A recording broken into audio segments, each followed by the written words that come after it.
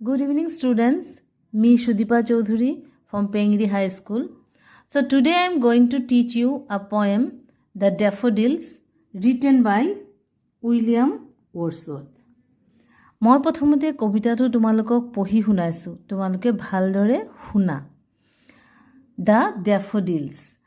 I wandered lonely as a cloud that floats on high over vales and hills, when all at once I saw a crowd, a host of golden daffodils, beside the lake, beneath the trees, fluttering and dancing in the breeze, continuous as the stars that shine and twinkle on the Milky Way. They stretched in never-ending line along the margin of a bay. 10,000 saw I at a glance, tossing their heads in sprightly dance. The waves beside them danced, but they outdid the sparkling waves in glee. A poet could not but be gay in such a jocund company. I gazed and gazed, but little thought what wealth the show to me had brought. For oft, when on my couch I lie, in vacant or in pensive mood, there flush upon that inward eye, which is the bliss of solitude. And then my heart with pleasure fills and dances with the daffodils. Poet William Wordsworth. William Wordsworth প্ৰকৃতিপ্ৰেমী কবি আছিল।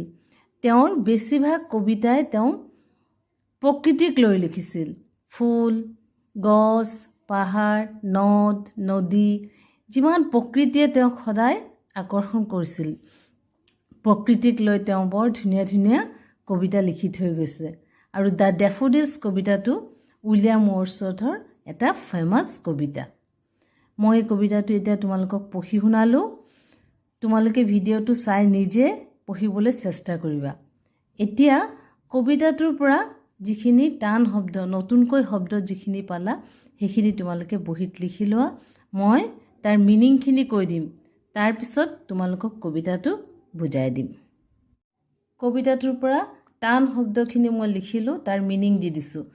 Word meaning: wonder, লক্ষ্যহীনভাৱে খোজকাঢ়ি ফুৰা; cloud, ডাৱৰ; ফ্ল'টছ, ভাহি থকা; ভেলছ, উপত্যকা বা সমান ঠাই; ক্ৰাউড, একেলগে বহুত মানুহ; বিনিথ, তলত; ফ্লাটাৰিং, চৰাইজাতীয়; ব্ৰিজ, মলয়া বতাহ; ষ্ট্ৰেচ, সৰু ডাঙৰ কৰিব পৰা; গ্লেন্স, চাৰিওফালে চোৱা বা এপলকতে চোৱা। তাৰপিছত আছে স্প্ৰাইটলি, সতেজ মনৰ বুঢ়া মানুহ। তাৰপিছত ৱেভছ, ঢৌ, নদীৰ যিটো ঢৌ; স্পাৰ্কলিং, উজ্জ্বলকৈ জ্বলি থকা; গ্লি, অতি আনন্দিত; গেজড, একেথিৰে চাই থকা; অফ্ট, প্ৰায় বা সদায়; কোচ, বহাৰ বাবে কাঠৰ আসন; ভেকেণ্ট, খালী পৰি থকা; পেনচিভ, বিষণ্ণ বা দুখিত; ব্লিছ, প্ৰকৃতাৰ্থত সুখী; আৰু চলিটিউড, অকলশৰে থকা বা নিৰ্জনতা। এই শব্দখিনি তোমালোকে শব্দ আৰু অৰ্থখিনি বহীত লিখি ল'বা। ডেফোডিলছ কবিতাটো তোমালোকক মই পঢ়ি দিলোঁ।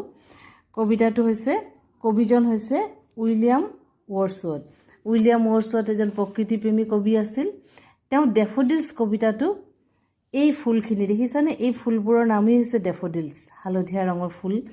এই ফুলখিনিক লৈ পিনে তেওঁ জাষ্ট কবিতা এটা লিখি পেলাইছে, বৰ ফেমাছ কবিতা এটা। এতিয়া মই কবিতাটোৰ চামাৰিটো তোমালোকক, ইয়াত মই চামাৰিটো পঢ়ি শুনাইছোঁ। চামাৰিটো পঢ়ি বুজাই দিলেই তোমালোকে কবিতাটো বুজি পাবা। The daffodil summary: Once the poet was wandering aimlessly alone. এবাৰ কবিয়ে কি কৰিছিল? ৱাণ্ডাৰিং, মই তোমাক তাক দিলোঁ নহয়, লক্ষ্যহীনভাৱে ঘূৰি ফুৰা, এনেই ঘূৰি ফুৰিছিলে। তেতিয়া কি হ'ল, তেওঁ বৰ আপছেট মনত আছিল, বৰ দুখিত মনেৰে ঘূৰিছিল। Suddenly he saw' a large number of daffodils. তেওঁ কি দেখিলে?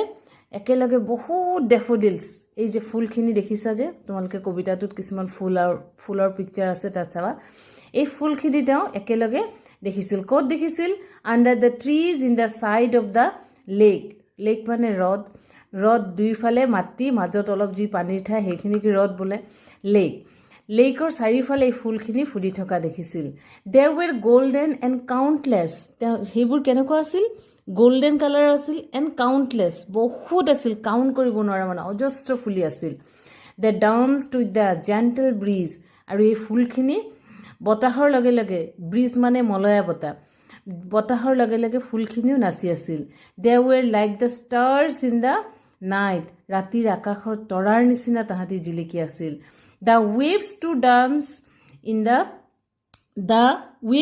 ডান্স ইন দ্য লেক ৱেভছখিনিও নাচি আছিল ৱেভছ মানে পানীৰ ঢৌ ৱেভছখিনিও এই হ্ৰদৰ পানীৰ ঢৌখিনিও নাচি আছিল but the daffodils outdid the sparkling waves in glee অতি আনন্দিত হৈছিল যিমানখিনি আনন্দিত মানে তাতকৈ বেছি নদীৰ পানী ঢৌখিনিয়ে যেনেকৈ নাচিছিল বা আকাশৰ তৰা যেনেকৈ জিলিকে তাতকৈ বেছি আনন্দিত কোন আছিল এই ডেফোডিলছখিনি the poet was extremely happy বৰ বেছি আনন্দিত হৈছিল উইথ দিছ জয়ফুল কোম্পেনী এই গোটেইখিনিক একেলগে হ্ৰদৰ পানীখিনিয়ে ঢৌখিনিয়ে নাচি আছিল হয়নে নহয় তাৰপিছত বতাহৰ লগে লগে ডেফোডিলছখিনি নাছিল এই গোটেইখিনি দৃশ্যই কবিক বহুত আনন্দ দিছিল হি realise that the scene was getting permanent imprint on his sensitive mind.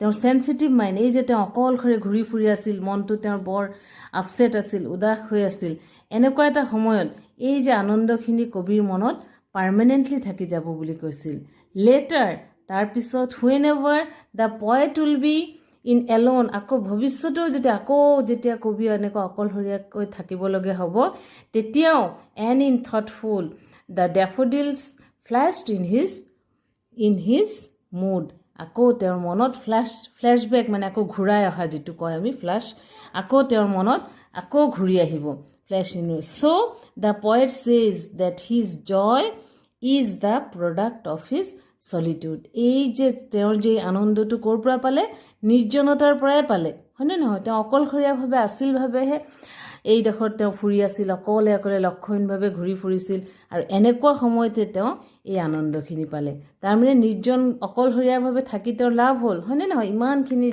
আনন্দ পাইছে যিখিনি আনন্দ তেওঁৰ ভৱিষ্যতৰ কাৰণেও তেওঁ সাঁচি থ'ব আকৌ যদি কেতিয়াবা তেওঁ অকলশৰীয়া হয় যাতে এই আনন্দখিনি মনত পেলাই যাতে আকৌ আনন্দিত হ'ব পাৰে সামাৰীটো তোমালোকে বহিত লিখি ল'বা সামাৰীটোক মই বুজাই দিলোঁ তেতিয়াই তোমালোকে এতিয়া কবিতাটো ঘৰত পঢ়ি মুখস্থ কৰিবা থেংক ইউ